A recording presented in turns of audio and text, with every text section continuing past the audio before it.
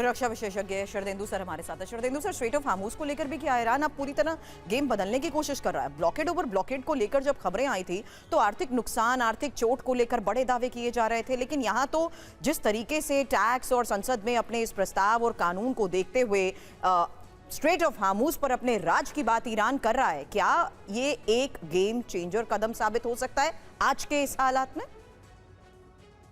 देखिए, जहां तक स्टेट ऑफ हॉर्मुज का सवाल है, ईरान की जो स्थिति आपको 28 फरवरी के पहले वाली स्टोर करनी पड़ेगी। अगर आप उस स्थिति में नहीं जाते तो आपके ऊपर तमाम इंटरनेशनल प्रेशर होंगे। अमेरिका की गलती का खामियाजा पूरे दुनिया से आप नहीं वसूल सकते, पॉइंट नंबर 1। दूसरी बात यह है कि ये दिखाता है कि आपका जो पॉलिटिकल लीडरशिप है कहीं ना कहीं आईआरजीसी के दबाव में वीक पड़ रहा है। आईआरजीसी अपने टर्म्स एंड कंडीशन को लागू करा रहा है और वो नहीं चाहता कि स्टेट ऑफ हॉर्मुज को वो किसी भी तरीके से खोए।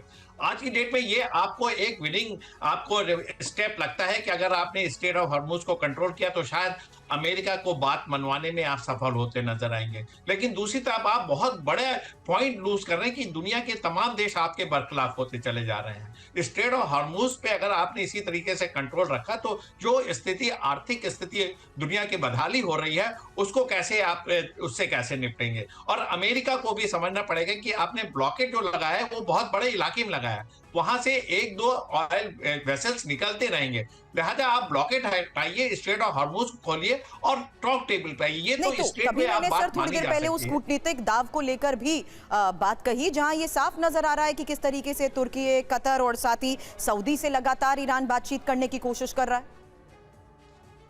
देखिए, ये सारे जितने मिडिल ईस्ट के कंट्री, इनको एक प्रेशर अमेरिका पे जनरेट करना चाहिए। मेरा मानना है कि अगर ये सारे कंट्री प्रेशर जनरेट करते हैं अमेरिका से तो बातचीत आगे बढ़ सकती है। देखिए, जब लड़ाई अमेरिका छेड़ेगा इस फेज में तो सफर कौन करेगा? सफर यही सऊदी अरेबिया करेगा, कुवैत करेगा, कतर करेगा, यूएई करेगा। इनके ऊपर ईरान स्ट्राइक करता, वो अमेरिका के जो 50 स्टेट है वहां पे जाके स्ट्राइक नहीं करेगा, वो इन देशों पे हमला करके क्षति पहुंचाता। तो अल्टीमेटली मिडिल ईस्ट के ही कंट्री सफर कर रहे हैं। तो आपको अपना अस्तित्व बनाने के लिए एक प्रेशर जनरेट करना पड़ेगा और ईरान को कन्विंस करना पड़ेगा। आप अपने टॉप ये जो डायलॉग्स हैं उसको बंद मत करिए, जिससे कि आप एक मीडिएशन का रोल प्ले कर सके और अमेरिका पे दबाव बना सके कि वो टॉक टेबल पे आए।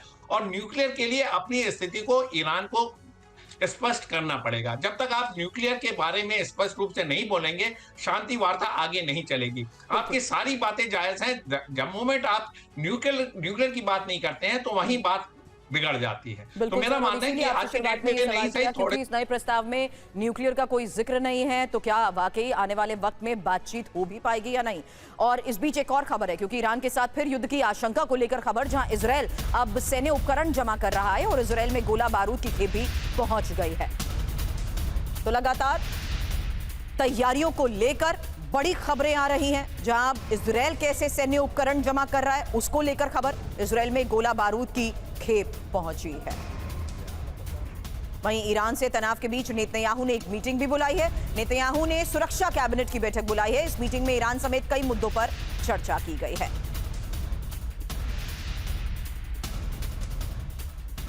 हालांकि नेतन्याहू की ये मीटिंग खास क्यों है, जानिए। जहां इजरायल ने अब ईरान पर हमले की तैयारी को तेज कर दिया है, वहीं कभी भी अब हमला हो सकता है, अलर्ट पर इजरायली सेना है और अमेरिका ने इजरायल में सैन्य मदद भी भेजी है। हालांकि नेतन्याहू ने ईरान का वजूद मिटाने की धमकी दी है। इजरायल को अमेरिका के ग्रीन सिग्नल का अब इंतजार है। वहीं सहयोगी देशों में भी तैयारी को लेकर खबर है। आईडीएफ ने लेजर बीम डिफेंस सिस्टम तैनात किए हैं और यूएई में इजरायल ने लेजर बीम सिस्टम तैनात किया है। आयरन डोम को चलाने वाले सैनिक भी भेजे हैं। खतरा 40 दिनों के युद्ध में ईरान ने कई बड़े हमले जो किए थे, ईरान के कई हमलों को रोकने में इजरायल नाकाम था। ऐसे में प्रोफेसर राजन, मिडिल ईस्ट में जो हमले ईरान की तरफ से हुए, क्या इस अगले फेज ऑफ ऑपरेशन से पहले इजरायल एक कवर और एक सिक्योरिटी प्रोवाइड करने की कोशिश कर रहा है, जिस तरीके से यूएई के साथ उसने किया है?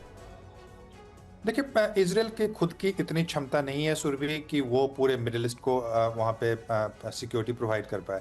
इजराइल की अमेरिका भी, अगर आप जानते हैं कि अमेरिका के 16 बेसिस में, कल ही वॉशिंगटन पोस्ट जो कि एक इंपॉर्टेंट न्यूज़पेपर है अमेरिका का, उसका रिपोर्ट था कि 16 बेसिस जो है वहाँ पे मैसिव डैमेज हुआ है ईरानियन के मिसाइल के अटैक जो हुए थे, जो अमेरिका के बेसिस थे, और उनको रिस्टोर करने में काफ़ी समय लगेगा। तो अगर अमेरिका वहाँ पे नहीं कर पा रहा है तो इजराइल की हिम्मत नहीं है, मैं बता दूँ, इजराइल की क्षमता नहीं है। इजराइल अभी तो जो एक मिडिल ईस्ट में क्या हुआ था, बहुत सारे जो मिसाइल डिफेंस सिस्टम थे जो यूएई, सऊदी अरब इत्यादि में, तो उसको इजराइल में शिफ्ट कर दिया गया था कि इजराइली को बचाने के लिए। तो इससे ये सारे देश काफ़ी नाराज हैं।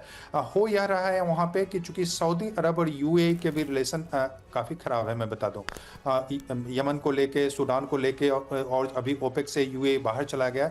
तो वैसे में यूएई अभी इजराइल और अमेरिका दोनों के काफ़ी करीब रहने की कोशिश कर रहा है, जबकि सऊदी अरब वहाँ पे अपने रीजनल डोमिनेंस को बचाए रखने की कोशिश कर रहा है और टर्की के साथ, पाकिस्तान के साथ अपने संबंध को सुधारने की कोशिश कर रहा है। प्रोफेसर और राजन, लेकिन अभी आज के इस हालात में जहां 40 दिन तक युद्ध में कितना नुकसान गल्फ की अलग अलग कंट्रीज को ईरान ने पहुंचाया है, क्या उनके डिसीजन आज उस लिहाज से हो रहे हैं जहां वो पूरी तरीके से एक सिक्योरिटी के लिए अमेरिका और इजराइल पर डिपेंड नहीं कर रहे? क्योंकि इस अगले फेज ऑफ ऑपरेशन के तहत ईरान ने यह साफ जरूर कर दिया कि पहले हमने आपके एयरबेस को टारगेट किया, अब हम सीधा हिट आपकी वॉरशिप्स को करेंगे, और ऐसा नहीं है कि दोबारा किसी भी गल्फ कंट्री को ईरान टारगेट नहीं करेगा। इस बात को तो वो रूल आउट नहीं कर सकते। नहीं, बिल्कुल, बस ये बिल्कुल ईरान टारगेट करेगा, और अभी तक तो ज़्यादातर मिलिट्री बेसिस को ही कर रहा था, डिफेंस सिस्टम को कर रहा था। लेकिन आप ये मान के चलें कि कुछ इंफ्रास्ट्रक्चर को भी, जैसे तेल के भंडार इत्यादि को टारगेट किया था उसने, और फ्यूचर में इसके भी बढ़ने की संभावना है। यूएई ने अपने सैनिकों को बोला है कि दूसरे ईरान से और दूसरे देशों से वापस आने के लिए। तो इसका मतलब है कि यह भी तैयारी चल रही है, युद्ध आगे बढ़ती है तो यूएई भी उसमें शामिल हो सकता है, है कि सऊदी अरब भी उसमें। तो ये सारी संभावनाएं अभी बनती आ रही है, और युद्ध भी शुरू हो सकता है। आपने बिल्कुल सही शुरू में ही प्रोग्राम में कहा था कि अगर निगोशिएशन नहीं होता है तो युद्ध के बढ़ने की काफी संभावना है। कहां तक अमेरिका और इजराइल अब नेक्स्ट ऑब्जेक्टिव को अचीव कर पाएंगे, यह तो कहना बहुत ही मुश्किल है। लेकिन यह जरूर है कि सिचुएशन काफी खराब है, वोलेटाइल है वहां। बिल्कुल।